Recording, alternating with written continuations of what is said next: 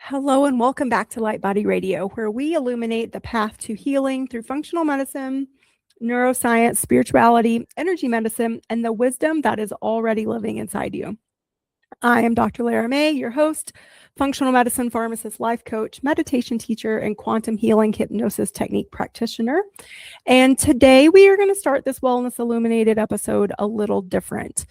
And I don't want to actually start today by teaching you something. I want to begin today by asking you a few questions.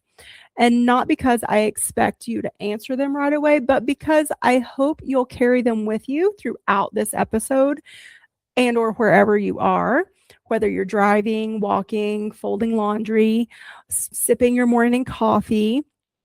I want you to center yourself, maybe drop into your heart space, take a nice, long, slow, deep breath, and just open yourself up to curiosity.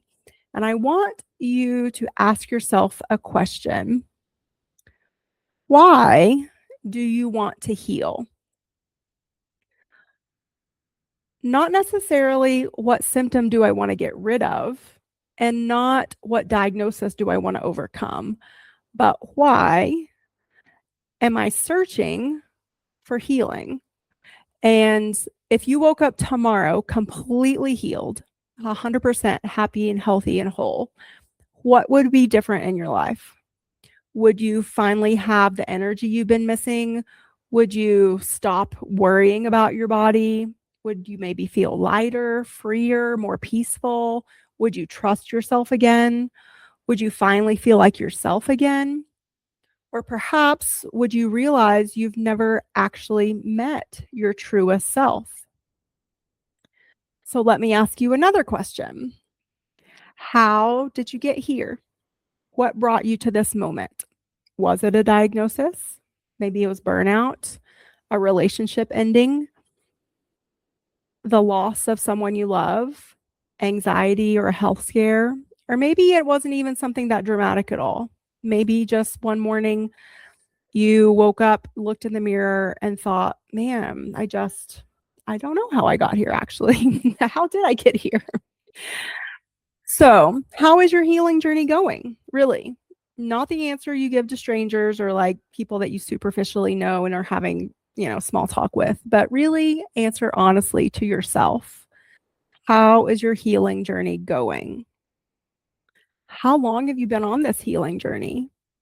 I mean, for most of us, it's most of our lives, but usually we don't even realize it until something pops up in our periphery and our knowingness that draws our attention to it.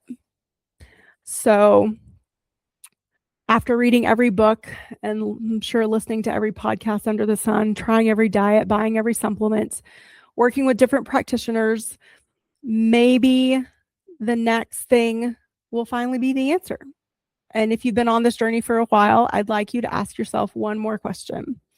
What is it that you're still hoping to find? What have you not found yet? And take a moment with that, because I think the answer to that question may change the way you think about healing forever. And if any of these questions resonate with you, I want you to realize that I've been there too. And for a lot of years, I thought healing was something I was trying to achieve. I thought it was the diagnosis I was trying to fix. I thought if I found the right supplement, the right practitioner, the right peptide, the right meditation, or the right protocol, then one day I would finally become healthy, feel better, become whole, finally become enough even maybe.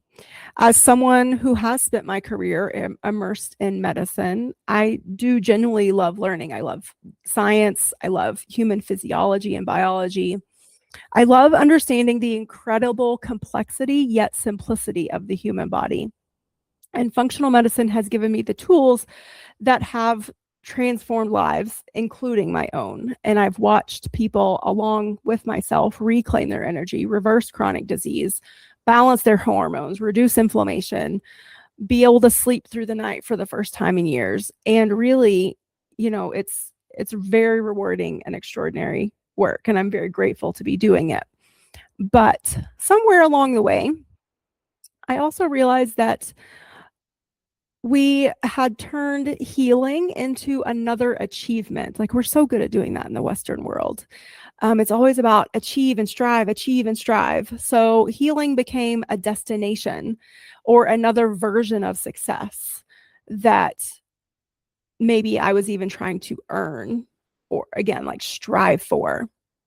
But through the functional medicine, through the self-coaching, through meditation, and especially through my work with QHHT, quantum healing hypnosis technique, something definitely shifted. And healing to me has now not become something new or something different. It's actually a remembering of who I am at my core, who you are at your core. And that has really changed my outlook and perspective on healing and how I understand health as a whole, health and wellness as a whole, and how I understand and look at suffering, spirituality, and ultimately really what it means to be human. And then I asked myself, well, what if we've been misunderstanding healing all along?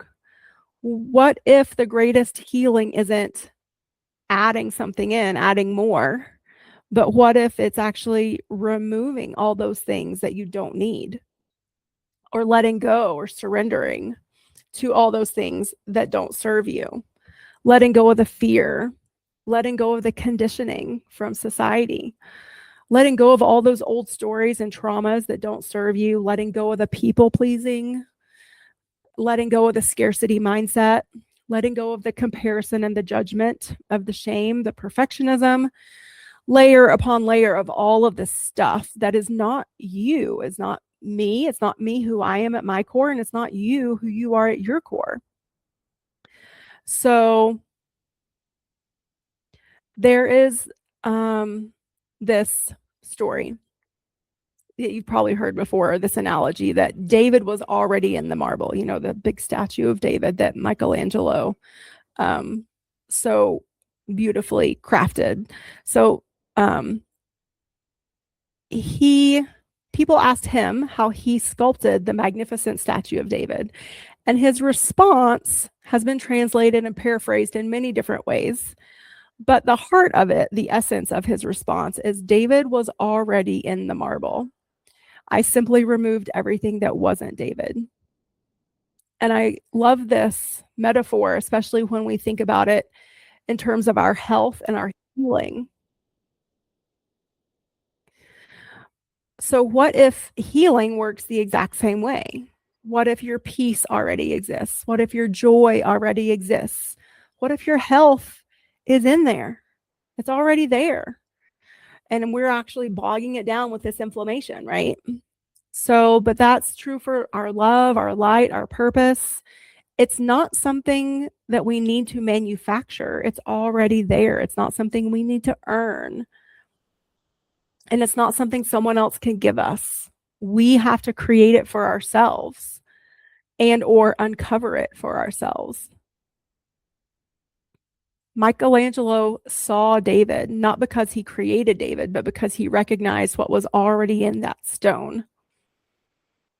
So I wonder, what if our soul sees us the same way? Not as something broken or damaged or unfinished or somebody or something that's waiting to become worthy, but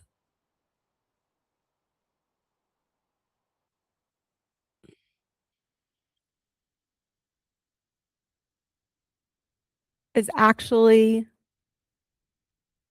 if our soul, how do I say this, was willing to be that gentle remover of all those things that no longer belong, so that we can be uncovered to our happiest and healthiest selves. We can emerge out of the stone, that happy, healthy, and whole.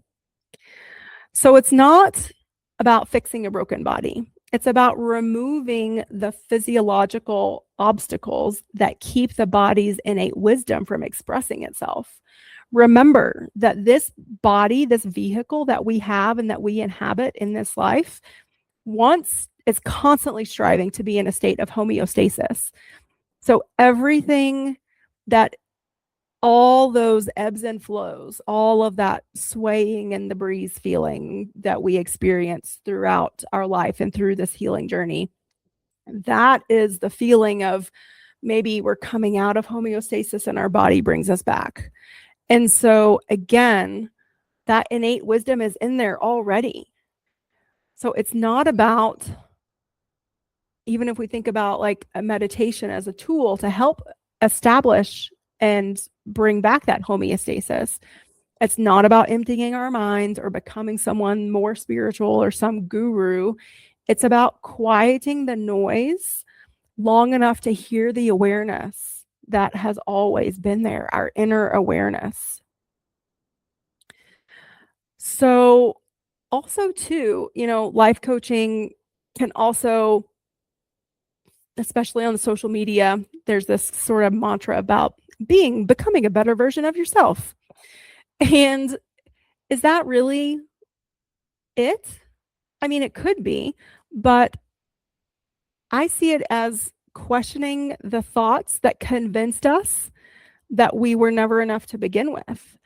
And so even energy healing looks different when we shift this perspective. It's not creating something new. It's restoring coherence to what has become disconnected.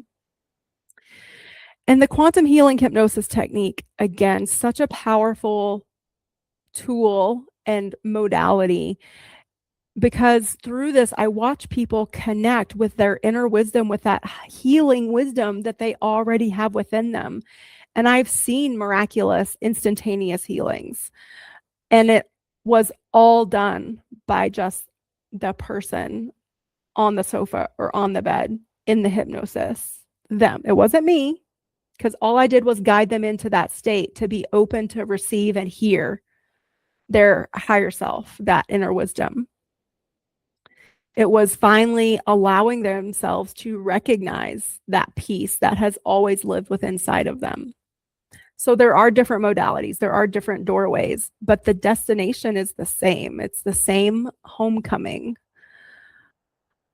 But this also raises another question. If our wholeness has always been there, if our bodies, our minds, and our souls are carrying this wisdom and have always carried this wisdom, then how and why do we forget? And I think that answer to that question shifts us again. And that's sort of where we're going to go into next. Like, why do we forget? If healing is the remembering, then the obvious question becomes, why did we forget in the first place? And we're constantly questioning. And I think a lot of it, and that's healthy and that's normal and that's great. And if you stop questioning, I think that's something to actually be worried about. But, as children, our brains are incredibly adaptive, and they're constantly asking questions like, am I safe? Am I loved? Do I belong? What do I need to do, be, or show up as to be accepted? And our nervous system pays attention to every interaction, every environment, every experience. And long before we can consciously explain what's happening, our brain has already gathered the evidence about the world and is starting to shape our perceptions and how we perceive reality and how we react to this reality that we're perceiving. So it begins to create protective strategies. So some of us learn to become the high achiever or the caretaker, the perfectionist, or even invisible. Some of us learn to be fiercely independent because asking for help actually felt unsafe.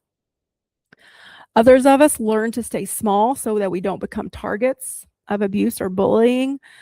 And these aren't the personality traits we were born with. These are things that we learned to survive. And so again, it was just our brain trying to adapt for survival. Our nervous system isn't trying to limit us, it's trying to protect us. And that's a really important distinction and something to keep in mind. And the problem is that what protects us at 5 years old often does become the thing that limits us when we're 45 years old.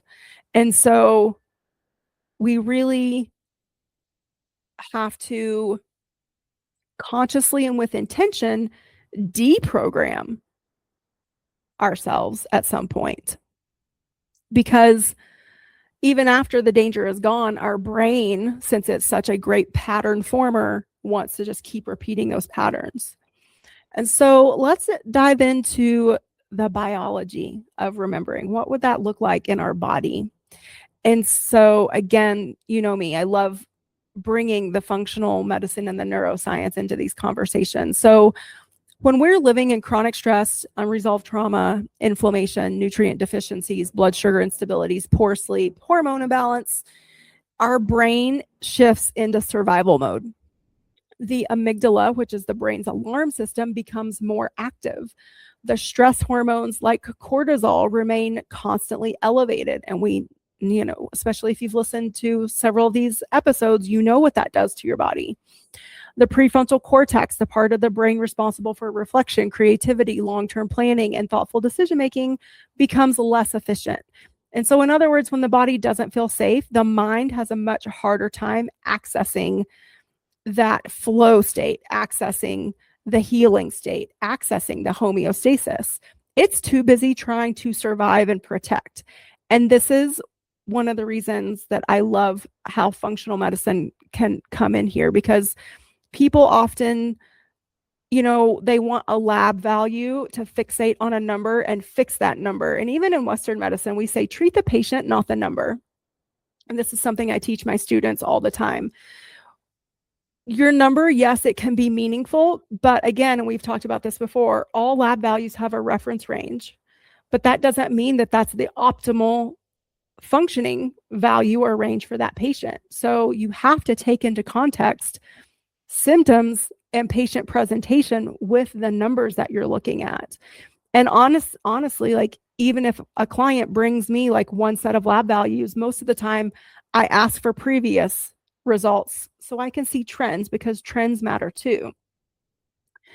So let's just take one example, an easy low hanging fruit example. When we support blood sugar, when we get that blood sugar within that optimal range, we reduce inflammation, we restore nutrient assimilation, we help balance hormones, we get to improve our sleep, we support the gut.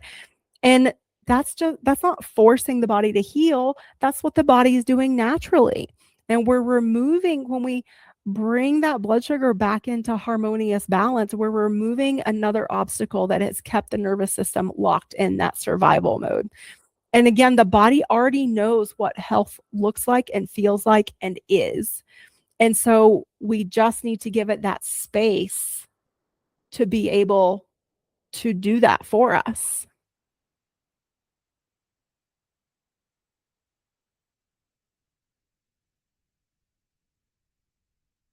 So in my evaluation of this question, what is healing and why don't we heal? To me, healing is the process of uncovering and remembering. And so this is why I no longer really see healing as self-improvement per se. Self-improvement assumes that the original version of you was somehow inadequate or broken or, dysfunctional. But healing itself tells a different story. Healing says your essence was never lost. It was simply covered up or hidden. Maybe it was covered by fear, expectations, old identities, survival. But little by little, every healthy meal, every honest conversation, every forgiveness practice, every meditation, every courageous decision that you make, every boundary that you set, every moment of choosing the thing that feels good for yourself is another chip of that marble falling away, until one day you see that person, you that was there all along, looking back at you in the mirror, happy, healthy, whole, free. So if healing is remembering, then how do we begin?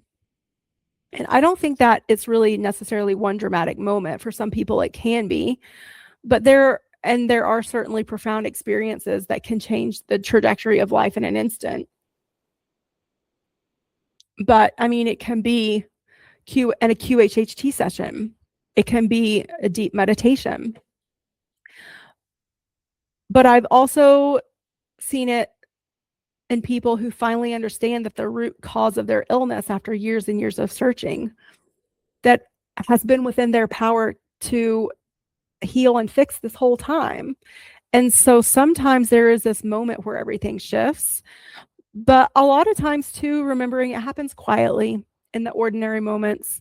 The moment you pause before saying yes, when your heart is really saying no, that moment you choose rest instead of pushing through exhaustion, the moment you stop apologizing for taking up space, the moment you question a thought that you've believed for 20 years, and that moment that you actually decide to forgive yourself, the moment you realize that your body isn't the enemy, and the moment you stop trying to earn love and simply allow yourself to receive it, be the receiver.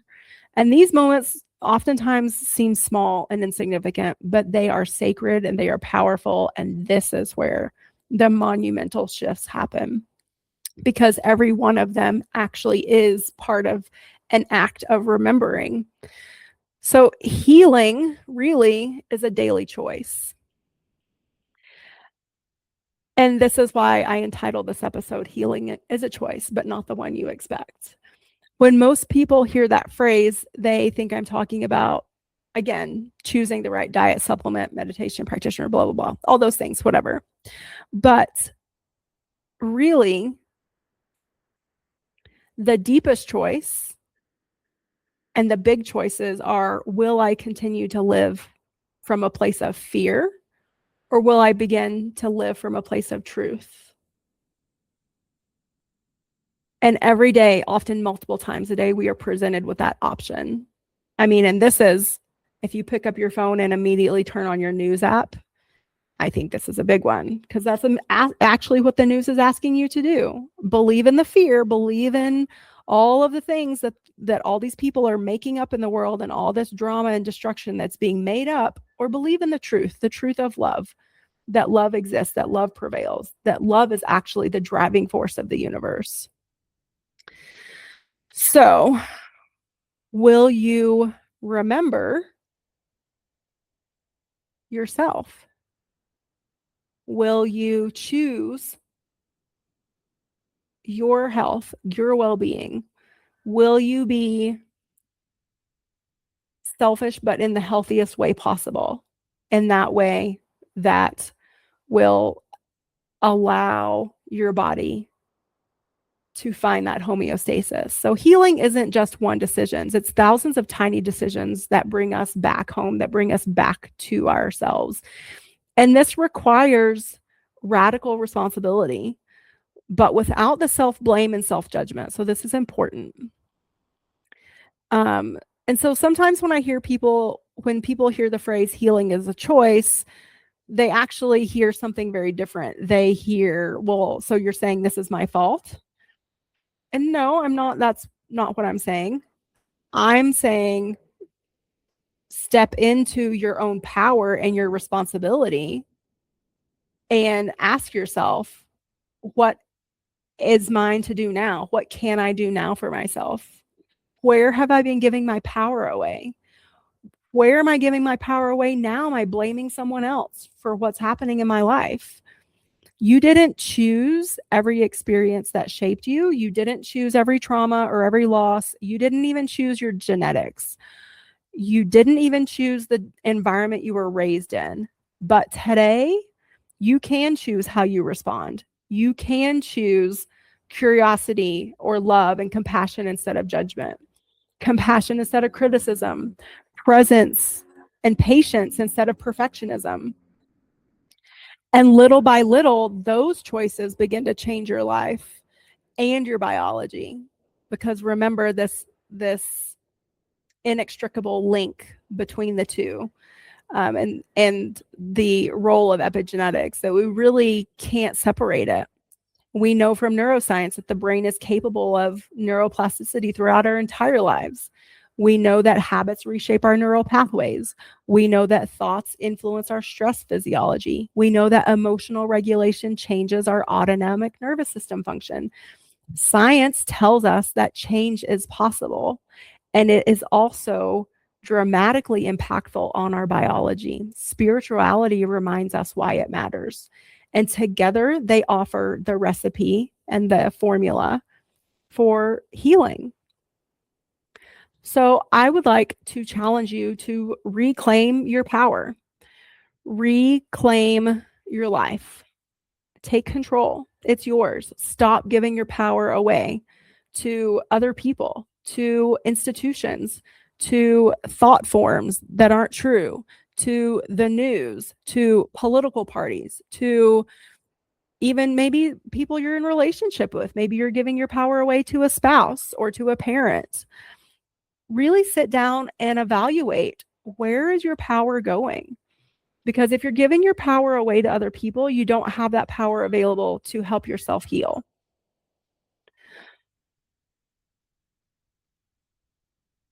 So that inner wisdom cannot be outsourced. It is yours, it's within you.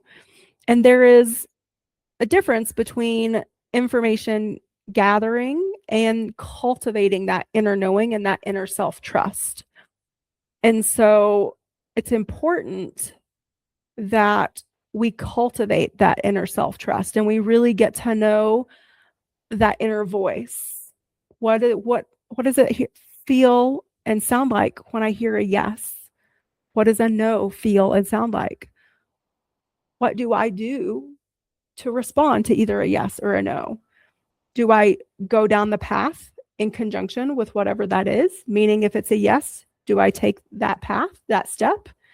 Or even if I hear a yes, do I talk myself out of it and tell myself no or tell someone else no? And then we wonder why we have challenges in our lives. So, what is the practice of remembering? What does it actually look like? It can look like placing your hand over your heart before the day begins and asking, what do I need today?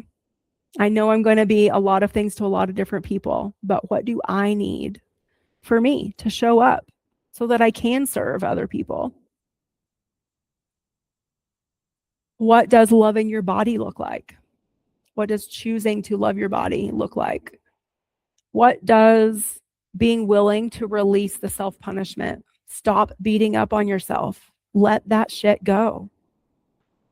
What does presence over perfection look like for you? What does coming home look like? Coming home to your true self, coming home to your health and your wellness. And it's not a destination and it's never finished. You're constantly creating it. And that's great because that means there's always the potential to create something new and different the next day. If you don't like how it went today, then you have the opportunity to change it. You have the choice, the opportunity, the power to choose love over fear, to choose trust over control.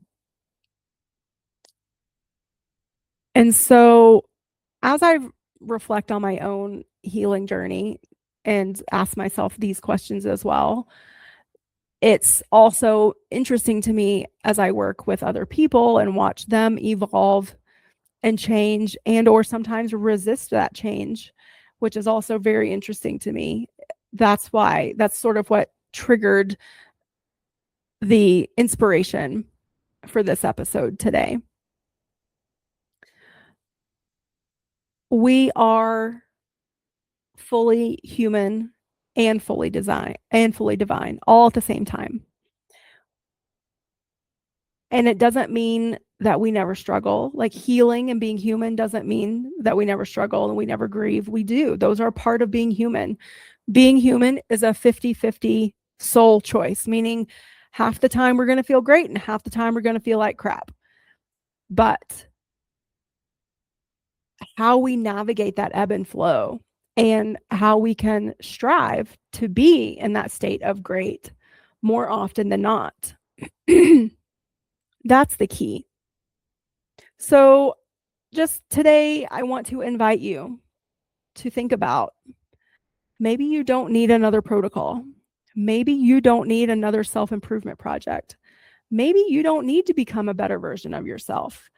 Maybe what you simply need is a moment of stillness, a deep breath, a hand on your heart, and an honest question and an openness to hear, receive, and act on that answer. So I want to leave you with a question. What have you believed that made you forget who you truly are? And you don't have to rush to answer it. You can actually let it bounce around in your head maybe for the rest of the day. And maybe later, right before bed, maybe you take some time to journal on it. But every time you think about it, notice how things begin to shift. Just little things. And they begin to soften. And maybe there's space that's created. And maybe you are more willing to open yourself up for grace and curiosity and compassion. And so oftentimes people ask me, well, what is the most powerful healing modality? And I have to say, it's not just one thing. You cannot distill it down to just one thing. Just like you can't distill, there's no one magic bullet, no one magic pill to create health. There is no one magic modality either. However, I will say that whatever you choose, that is what the best healing modality is for you. So I can't even answer that question for you. For me, QHHT is one of the most healing, powerful modalities I've ever worked with. And that's why I do it, because I've consistently see the dramatic changes that it creates for people. But really, healing is a choice. You have to choose it. Even if you go to a practitioner that gives you a protocol, if you choose not to do the protocol, then you're choosing not to participate in that modality of creating your health. And that's fine, but just be honest with yourself about it. It's not up to the practitioner to heal you. It's up to you to heal you. You are your own most powerful healer, not a practitioner. Practitioners are just guides. They're guides, they're teachers. I'm just a guide, I'm just a teacher. You're the one that does the healing for you. So these are choices to stop abandoning yourself, to stop believing every fearful thought that runs through your head. The choice is to stop outsourcing and giving away your power and trust the wisdom that already lives inside you. Trust that little inner voice. Invite it in and get to talking to it more often so that you recognize it more and that you, again, trust it more and you know it better. The choice is to remember the peace underneath all that noise, to remember the love that overrides all the fear, to remember the wholeness, to remember the light over the darkness. So give yourself that opportunity to think about, maybe life isn't asking you to become someone new. Maybe it's actually inviting you to remember who you've always been. Your body remembers whole health and wellness. Let it do that for you. Your mind remembers truth with a capital T, and your soul remembers love. And when all of those things come together, that's what we call healing. So thank you for being with me today. I hope this conversation maybe instigated you or inspired you to shift your thoughts about some things and maybe question some things and ask yourself some good questions. And so if this resonated with you, then please share it with someone else you think it might resonate with. And until next time, take good care of your body, be gentle with your mind, and trust that the light has always lived within your soul and always will, especially if you let it. Catch you in the next episode.